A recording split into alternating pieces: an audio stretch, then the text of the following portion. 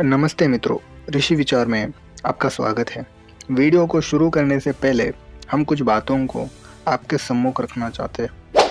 जब यह देश ऋषियों के विचारों से चलता था, तब यह देश विश्वगुरु कहलाता था।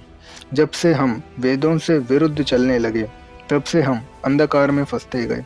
भारत को पुनः विश्वगुरु बनाने के लिए वेदों की ओर, ऋषि विचारों की ओर लौटना ही होगा। यह हमारा उद्देश्य है। धन्यवाद। आज हमारा विषय है वर्ण व्यवस्था। वर्ण 4 प्रकार के हैं: ब्राह्मण, क्षत्रिय, वैश्य, शूद्र। वर्ण व्यवस्था मुख्यतः 2 प्रकार की है। पहली जो वर्ण व्यवस्था है वह जन्म के आधार पर है। इसी को जाति व्यवस्था भी कहते हैं। जाति का अर्थ अलग है, उसे मैं यहाँ पे नहीं लूंगा।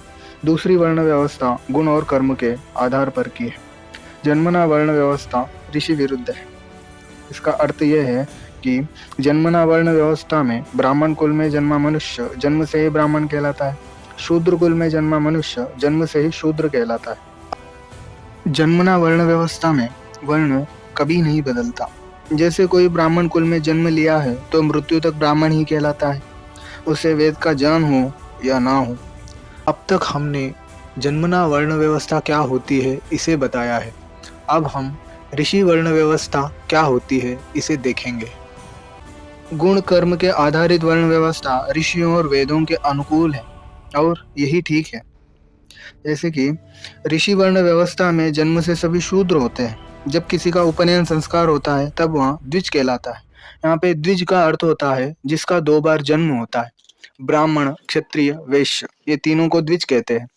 परंतु वैदिक वर्ण व्यवस्था में वर्ण गुण और कर्म के आधार पर बदलता है। जैसे कि कोई शूद्र कुल में उत्पन्न होकर भी पढ़ना लिखना जानता है और उसका आचरण शुद्ध है, तो वो शूद्र ब्राह्मण वर्ण को प्राप्त करता है। और जो ब्राह्मण वेदों का स्वाध्याय नहीं करता है, वहाँ शूद्रत्व को प्राप्त करता है। ये 2 उदाहरण मैंने आपके सम्मुख रखे हैं। कैसे वर्ण बदला जा सकता है, ठीक है।